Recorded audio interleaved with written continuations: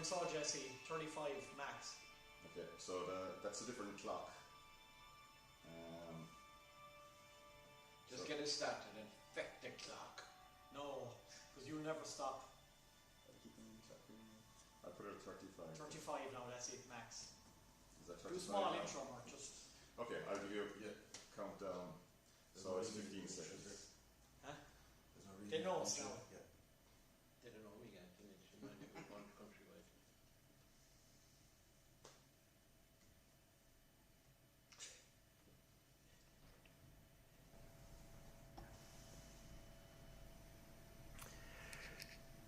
Good evening and welcome to the Kingdom Calls podcast, where we are going to discuss the events of last weekend in terms of how Kerry got on against Meath, a chastising experience to say the least, along with their prospects against Cavan, whom they play on this Saturday in the Fitzgerald Stadium at 3:30. Now with me this evening I've got two honourable men, and that's John O'Dowd, a freelance sports reporter, and also obviously he works a lot for the Kerry, and he's also a commentator with Clubber. With him is Clive O'Callaghan. He's involved with Academy. He's a very good football coach. He's a great knowledge despite his rough exterior, and has been involved with MTU Kerry Sigerson Cup teams, and he's currently involved with Art Firth in the football. I think they're in the foot of Division 2, the County League, but we won't hold that against him. My own name is Murt Murphy, and we're going to start now looking back on what happened in Tullamore on Saturday. John, you were there sitting right alongside me, which was a great honour for you, and we were, I suppose, taken aback and slightly bemused about what was happening in front of us. And just before you answered that, I think some people last week, I was getting messages about, were suggesting that we disrespected, or somebody in the panel disrespected Meath. There was no intention to disrespect Meath. All we were giving was our opinion, and we felt, like the bookmakers did, like every pundit in the land that I read did, that Kerry, as you know, a traditional Sam Maguire team towards the last four, or even finals of it, etc., were going to be too strong for a Division 2 side, well and all, as Meath had played in the Leinster Championship, though losing to Louth in the final. So having cleared that up, John, what happened? That's the $1 million question. I think even Jack O'Connor was very perplexed, was probably the word you could use to describe him in the immediate aftermath of the game. I think he was very surprised at the flatness of the whole Kerry performance. Basically from beginning to end, there was a few little patches, especially in the third quarter, where they looked to have a little bit of life about them and that they were coming back into the game. But in general, Meath played with a greater intensity, a greater purpose. They were better shooting, they were better tackling. They totally deserved their victory. Like, they were just the better team, basically from beginning to end. And like, we can all go into it. When we heard that Sean O'Shea was missing before the start of the game, it was a further blow on top of the 5 first team regulars who were missing beforehand. But that can't be used as an excuse, because Meath got 2 blows before the game, including the James Conlon was missing. He'd scored 6 points from play in the previous game. They were missing Matty Costello, who would be considered probably their best forward overall. Their midfielders, the likes of Ronan Jones, Jack Flynn, they were down 5 or 6 bodies as well. So in that context, possibly we were missing just too many important players that we couldn't do without. And I suppose it has to be said that some of the players who got their opportunity the last day to maybe make their name, to maybe cement their place in the first 15, they didn't take their chances. Clive, did Kerry underestimate? Now, no team will go out, they'll always tell you we were intent on winning, but you know, the mind can play games at times, and you know, subconsciously you can think, well, if we show up here and play to a certain degree, we're going to win this. Was that a factor? Did Kerry, just because they were so flat, that was the one thing, lacking in energy, no intensity in the tackle. And I have no idea why they went zonal the whole time, and they allowed, if you spot, they're zonal for that goal that was scored, and man to man, they didn't man up. There was no tackle, there was no one in front of us, no Kerry defender within 5 yards or meters, I would say, of a Meath man as they went around the arc. What was your reading of it? Yeah, I suppose definitely here in the panel we got it wrong last week. Personally, I had Kerry to win 8-10. So you were very wrong. I was extremely wrong. Yeah, and you were actually hopelessly out. Yeah, and I wasn't trying to be disrespectful to me, but it was just looking at what, where the two teams were at and the ambition of the two teams. It was the game, the common analysis out of the game from people there, media, etc., is that, and Jack said himself, no energy was the big issue. Flat. Last 20 minutes, we faded away, like you said. There are no defenders within touching distance of attackers. We faded out of the game. There's what are the reasons? We don't really know. Did they train hard in the week in the game to train through Meath for a quarter final in next week? We don't know, but there certainly was a flatness, and Meath grew into the game. And probably we touched on here last week. What was Meath's ambition? Was it to get a home preliminary quarter final? But as the game went on, they sensed that the victory was on, and the crowd got really behind them. All their players stood up. They were kicking 2-pointers. They were ravenous on breaking ball. They were ravenous in the tackle, and we just faded completely out of the game. And I know we had injuries, but we still had a lot of talent and experience on the pitch as well, despite the number of injuries we had.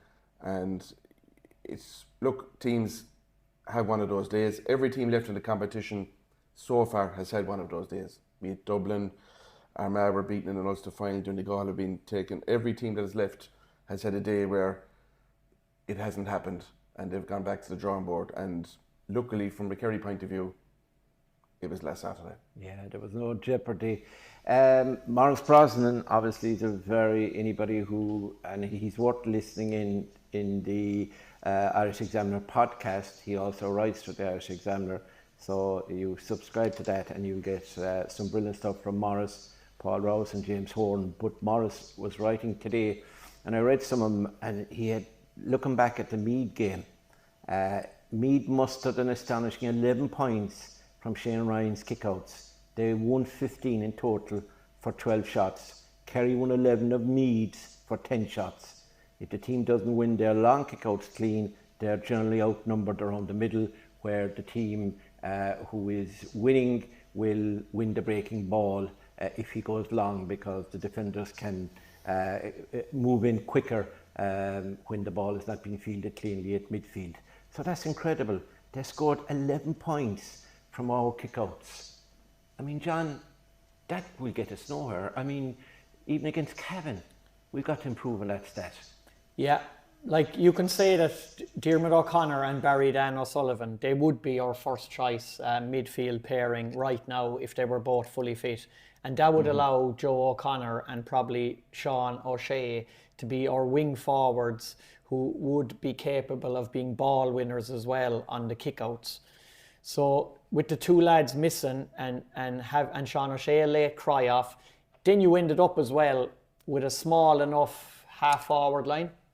In fairness, if you look across that line from Graham O'Sullivan to Tony Brosnan to Micheál Burns, Meath were excellent in the middle of the field. So it was a real difficult day for Joe O'Connor and for Mark O'Shea. And we have to remember as well that was Mark O'Shea's first championship start. He had his substitute appearance against Cork where he had done really well. But this was another level again. You're having to start a championship game in the green and gold jersey. So all over. But the thing that I was more concerned about is from the outside looking in, there wasn't a burning desire to win the breaking ball. Like, there are bodies there. There are the same number of bodies for both teams. No matter what players you have missing, you can still devour breaking ball if you have the tenacity and the guts to go in where it hurts and want to win the breaking ball. I didn't see that from our players on Saturday, while I did see it from Meath, especially their half-back line was excellent between Caulfield and Coffey, the centre-half-back, and the experience of Donald Keohan. And then you had like the half-forwards there, like Duke, Connor Duke and Rory Kinsella. They were excellent as well on the day. And I know we made a little bit of a thing throughout the season of, sure, Kerry are getting goals, so the relative absence of 2-pointers doesn't really matter. Well, if you go back to Saturday, we didn't get a goal. And then the absence of 2-pointers really did matter. Yeah. We got one from David Clifford in the first half, and that was it. Yeah. It was 7 points to 5. And I think there was a sense as well of Kerry being lulled into a false sense of security that they were going to win the game at times, even without playing well. Yeah. So they were 7-5 ahead after 20 minutes, without playing well. 2-pointers in a row from Meath, from Owen Frayan and from Kinsella, and the whole game changes. They're 6 points down at half-time. Yeah. Then Kerry come back, have a good third quarter. We should have got a goal. Should have got a goal. Gainey should have buried it out all. A Gainey in front of goal.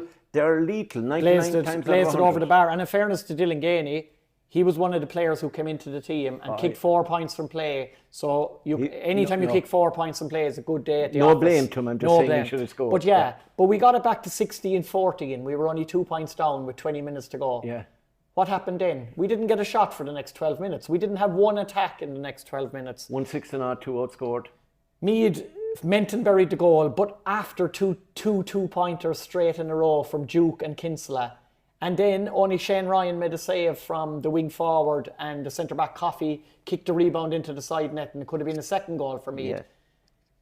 But the absence of our 2-pointers on Saturday did have a huge impact on the game, because they can change a game pretty quickly.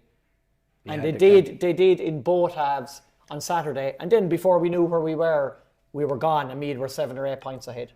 Listen, I'm going to steal another line from somebody. It could have been James, I don't know, I'm not too sure, who said, and James now was a fair operator for Kerry, as we know, Clive, who said that, look, you can talk about physicality and you can talk about what you do in the gym and strength and conditioning and all this carry on, but at the end of the day, what matters most is skill and football ability and football IQ, right? And we sometimes say, oh, we're not as conditioned as a team up north. And still in all, it took extra time last year for Armagh to beat us in the semi-final. We beat Dublin and lost to Dublin. We lost to Dublin in 2019.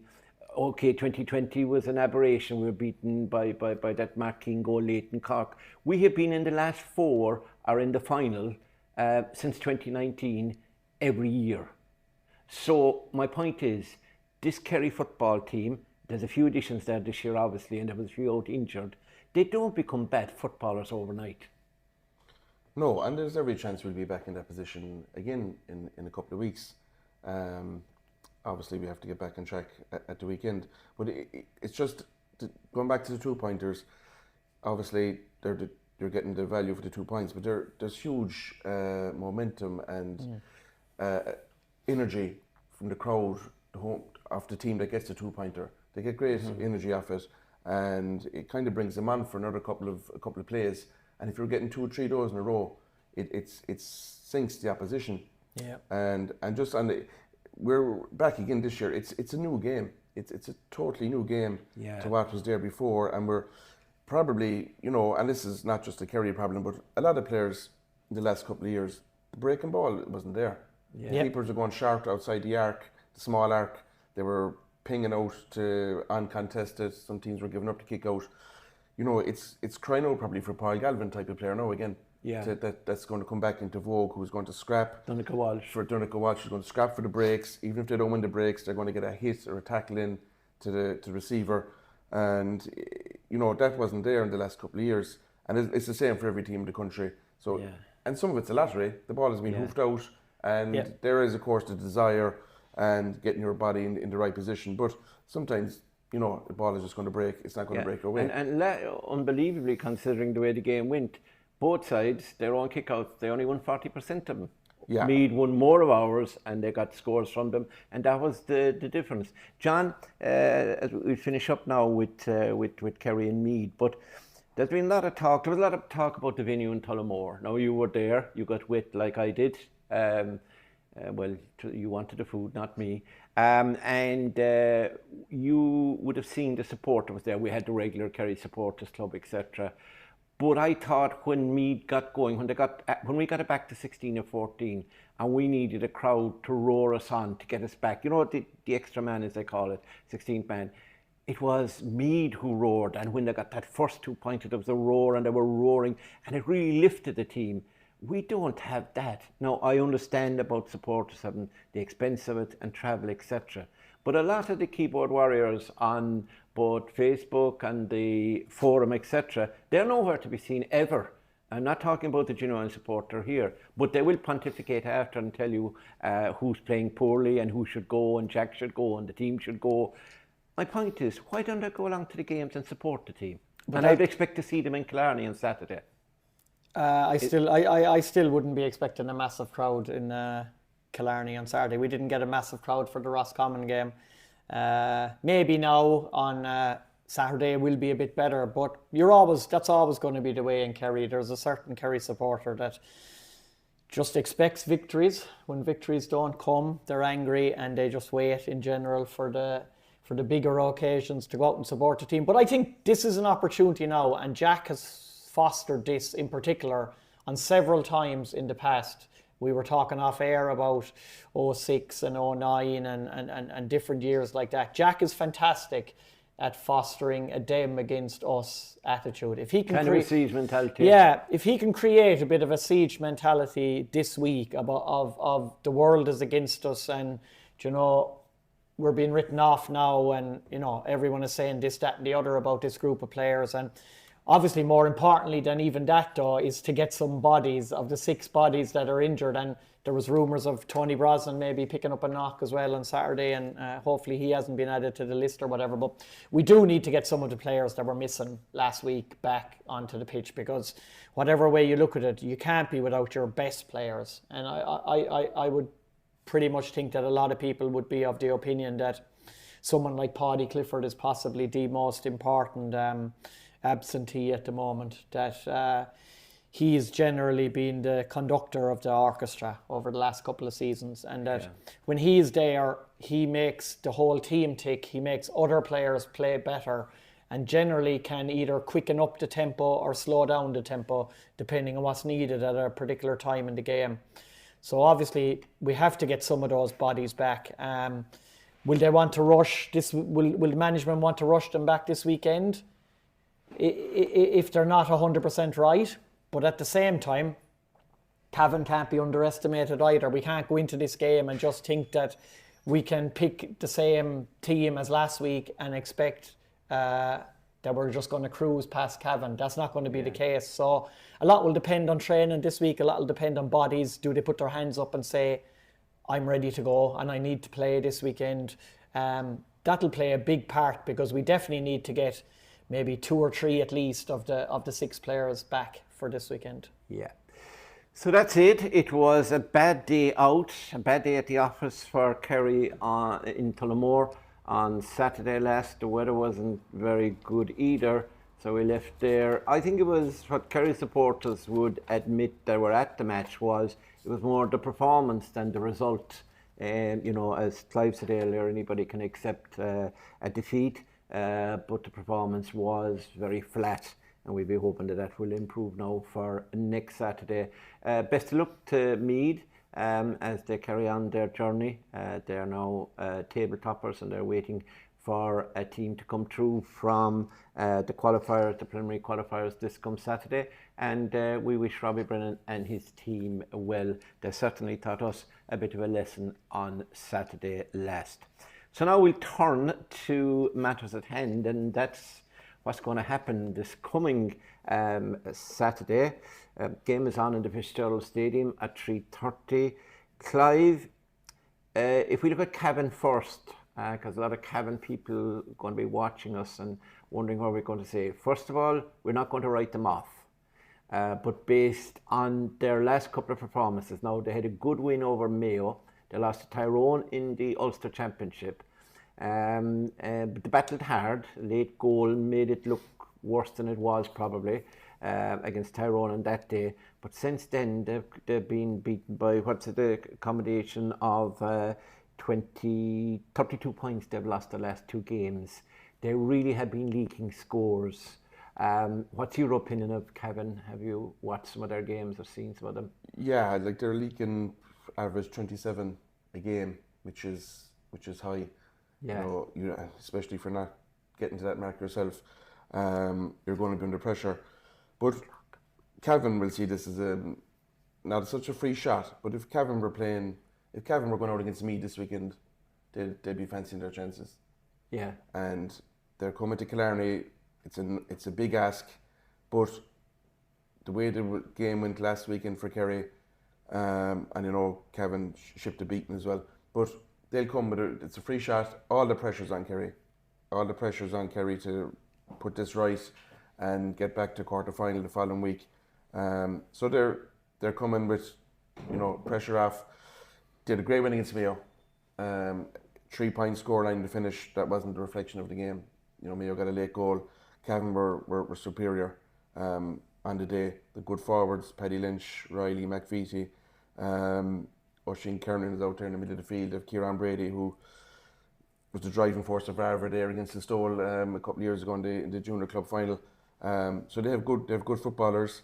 Don't forget Sean McAvoy. I know he plays a bit of soccer, so you mightn't like him, but anyway, go on. So they're averaging themselves 19 points a game, but they're having more shots. They're having a lot of shots and they're not converting. So if they maximise their shots, then they could give us something to think about. But I think Saturday is all about the reaction from Kerry and just getting the job done. Yeah, John, if you look again, I'm going to dip into Morris, the great Morris Brosnan, one of my favourite journalists, reporters, whatever. If you look into what Morris said when they played Tyrone in the championship, in the Ulster Championship, they had Tyrone had 31 shots, Cavan had 26, so very little difference. And on the expected points, that's a metric they use. Tyrone should have won that by 1 point. They actually won by 124-20. So they won there by 7 points. They met again last weekend. Tyrone had 35 shots. Cavan had 32. So they shoot a lot. Cavan win by 1 on the expected points. Final result: Tyrone 31, Cavan not 18. I mean, a 42-year wait, you know, since they beat Tyrone, it's going to be 43 now. What about Cavan? Have they the accuracy? They hadn't beaten Mayo since 1948. Yeah, that was the year after they went to the Polo Grounds and beat us. And they Great beat them. John Joe Riley. They beat them. So I think Clive is dead right. It's a free shot for Cavan. There's no pressure on them. They will be coming down. Only the pressure they will put on themselves internally, but the outside world will be expecting Kerry to wipe the floor with them and get a victory and get into the quarter final. No, they can't. Bookmakers have it, John, at 11 handicap, giving Cavan an 11-point start, and the game would end in a draw. You never saw a bookie in a bicycle, by the way. I think looking at last Saturday, we have to have our feet firmly on the ground. And you're sitting in a high stool. And look at all the opposition and treat them with the utmost respect, because last Saturday taught us a lesson of where we currently stand with the injured bodies. And like, we've no idea, are we going to have any of those 6 players who were missing last week, if any of them are going to be back in the team for this weekend. So you're genuinely afraid of Cavan? I'm not genuinely afraid of Cavan, but I don't think we can write it off as just we're just automatically going to turn up and play brilliantly this week and and win comfortably. It's not as simple as that. How many times have we lost the championship in Fitzgerald Stadium with the last 23. We lost to Mayo. We lost to Mayo a couple of years ago, didn't we? Yeah, that was the only one. Yeah. No, I think and Cavan beat Mayo. I think Cavan will come down if we give away a lot of frees in scoreable positions. Paddy Lynch is more than comfortable of putting them away, so we have to be very careful in that instance straight away. He got 9 points last week, even in a losing cause, with plenty of 2-point frees as well. So they have a good long range free kick taker. Like, they're missing probably their talisman, Garrod McKiernan, as well, the long serving McKiernan. I think he took last year off, but he was back this year. He's been on the injured list. Barry Donnelly's injured, and their full-back Killian Brady went off injured after half an hour last week. So that could be a big blow. How are they around the middle? Do you know? They will be decent around there, but probably Oisin Kieran played there the last day. Evan Crowe, yeah. But again, it'll come down to breaking ball around the middle. It's not necessarily hunger, I would suggest. Yeah, it's not necessarily the high fielding, but they have good forwards. McVitie is a very good playmaker. He's excellent on the 40. And he's a 2-point shooter as well. Cormac O'Reilly, he's kicked 4 points from play against Tyrone and 4 points from play against Mayo. So anyone that can do that has to be treated with the utmost respect. But I do think it's more about Kerry and how they respond. If they can just get that extra togetherness. I think Shane Enright used that word today in the Kerryman of fostering an increased bond now over the result of last week.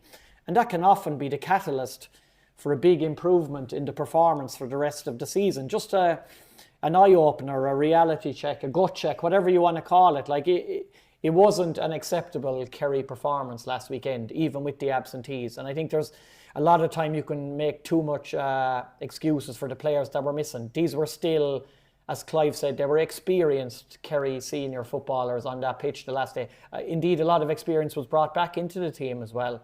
So it wasn't as if we played a lot of callow youngsters who didn't know how to deliver the goods at senior championship level. And we just never got to the pitch of the game. Like, there probably is various reasons for that.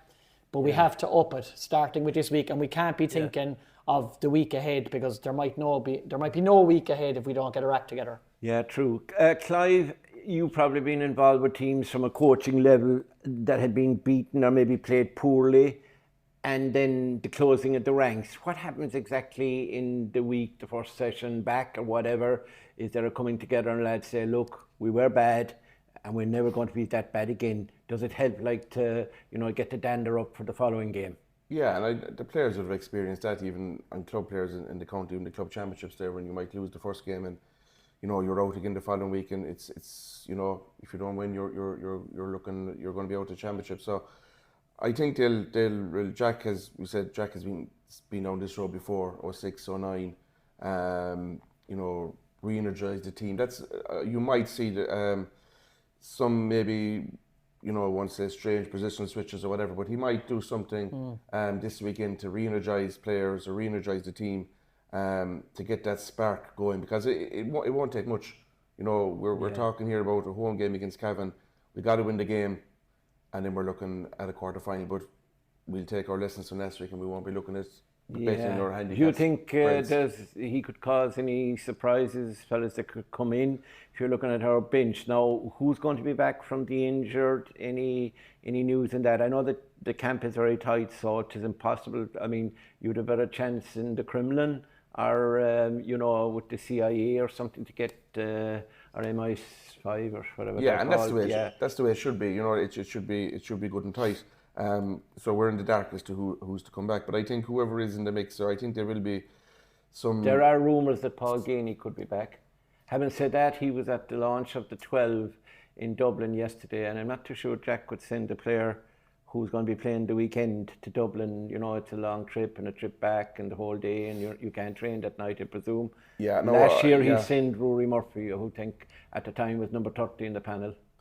I don't think the training this week will be much. I think it won't be a heavy week of training. It'll be more mental work and talking with the players and just getting the heads right for Saturday. But I would expect that there'll be some spark, or some player maybe left out, or some player brought in to try and give it a push for the remainder of the season. Any of the under 20 players have a chance? Is it too late? Is it too late to bring them in at this stage? Not sure if we heard last week that Tomas Kennedy was he's inside. there, yeah. He's probably finished the leaving now. Yeah, other than that, I'm not too sure. Has there been anyone else in there? But you know, he would be an asset to he'd probably be on any other county senior panel at the moment. Yeah. But it just needs a shake to and it could be vital, and that win and spark could get us through the next couple of weeks. I think a little bit of freshness, a bolter like from the blue, like that Jack has done before with the likes of Paddy Jack Kelly. Barry's back in town. If you go back to 2004, with Paddy Kelly, came from nowhere to get a start against Dublin. In the All Ireland quarter final. Jack has been known, if he thinks a young player will provide a spark to the team, and I think we need a spark, and I think we need a bit more extra pace in the team. Yeah.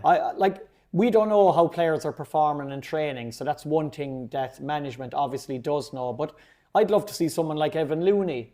I knew you were going to say that. Get an opportunity at wing back maybe in a game like Saturday. He has the pace, he has the temper, he has the tenacity.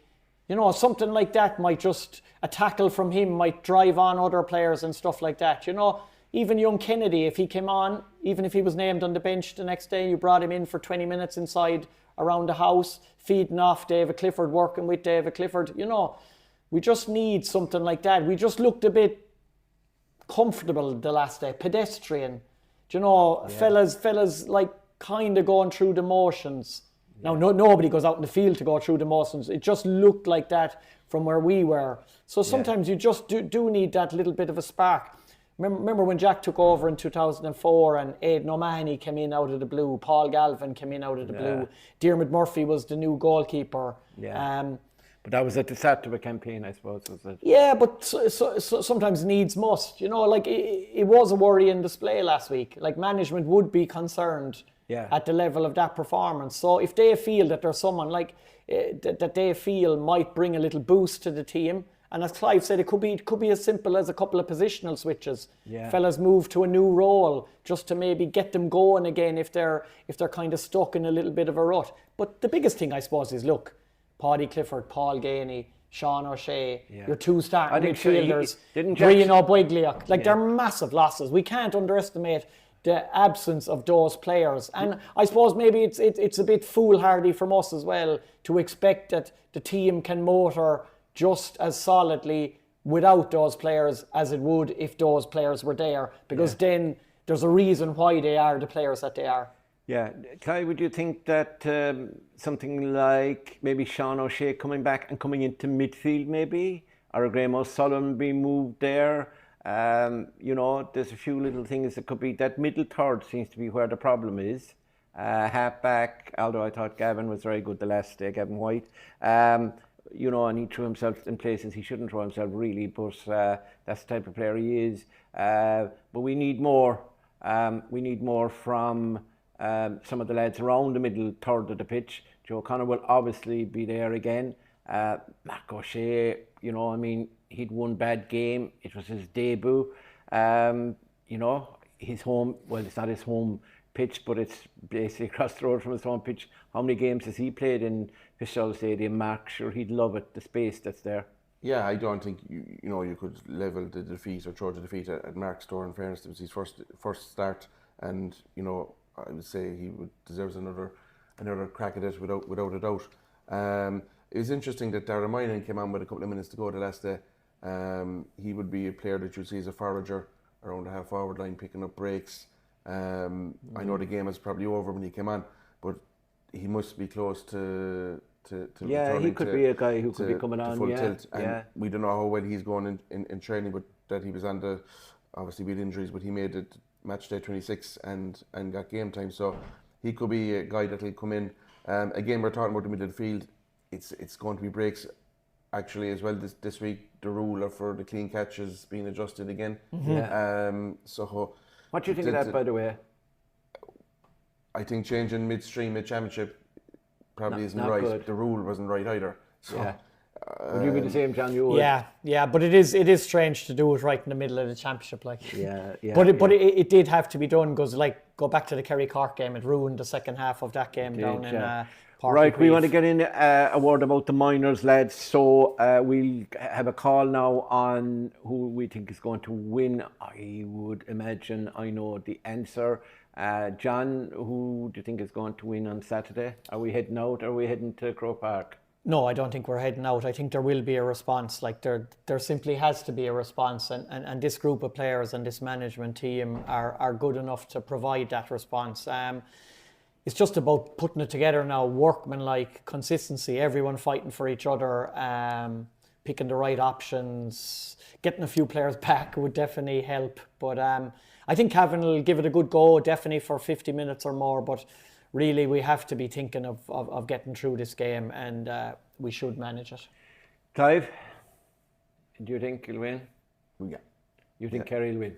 Kerry will win. They'll get the show back on the road on Saturday. On Saturday. And Cavan will give them enough of it. But I think there will be a reaction. There'll be a spiky reaction in Kerry. There'll be a crankiness in the performance. And hopefully that'll bode well for the rest of the campaign. Yeah, so that's it. We are thinking that Kerry will have enough in the armour, probably a reaction to last week's no-show in Tullamore, and they will be back to winning ways and heading to Croke Park on Saturday evening at about 5:30. I suppose the game will be finished. Now, a very important game on Sunday, John, for Wayne Quinlan and the Kerry Miners. Another All-Ireland semi-final, and they're playing Mayo this time, a team who will play football with them, so it should be an expansive game. How do you think that will go? Yeah, really looking forward to this game. It's probably a 50-50 affair. Mayo have lost 3 games in the championship, strangely enough. They were beaten twice by Roscommon and once by Galway. They got the show on the road last day, but only just against Offaly. They lost a 9-point lead, which they had at half-time, eventually going behind and having to come back and kick the last 3 points of the game. Now, they were missing a key forward against Offaly, Tony Kerry. He's expected to be back. He got 1-4 in the Connacht final. I think a lot of Sunday is going to be about Kerry. From 1 to 7, I thought we were really, really good against Cavan. In the quarterfinal. From 8 to 15, if we can get more consistency in a bit like the seniors around the breaking ball and around the middle of the field, and if our forwards can get their shot selection a bit better than they did against Cavan. They panicked when they had to win the last day, but that's a learning experience for 15, 16, 17-year-olds. And if we can get some of our key players playing a bit better than they did the last time out, I think it has to be, and I really want it to be, third time lucky for Wayne. You know, he's lost 2 semi-finals, one to Monaghan and one to Derry over the last 2 seasons. 2 games that went right down to the wire. This will probably go right down to the wire again, but hopefully Kerry will come out on the right side of it this time. Might only be by a point or 2 though. Yeah, I think it's going to be close, and I think if the Kerry forward division, Gerard White, he could have one of the games of the season so far. I think Kevin Griffin at full forward, very, very dangerous. And of course, Ben Keller, the Crokes lad who's been consistent all year, I think he's due a goal, and that might be the difference between the sides at the end of the day. So we wish the Kerry Miners, the management team under Wayne Quinlan, I hope he doesn't explode now when he reads this or watches this. So if we have Kerry Miners against Mayo Miners, I think it's going to be a good game of football, and best wishes to the Kingdom boys, and let's hope to get to an All-Ireland final. So that's it for this week for the GA podcast on Kingdom Calls. Thanks to Clive and to John for their input today. The game on Saturday, please go along to the Fitzgerald Stadium, Kerry and Cavan. It's on at 3:30 for those who can't go. It's on GA Plus as far as I can remember. So that's it. Hope you enjoyed the podcast. We'll be back next week to go through the entrails of whether we are on the way to Croker or whether our season is over.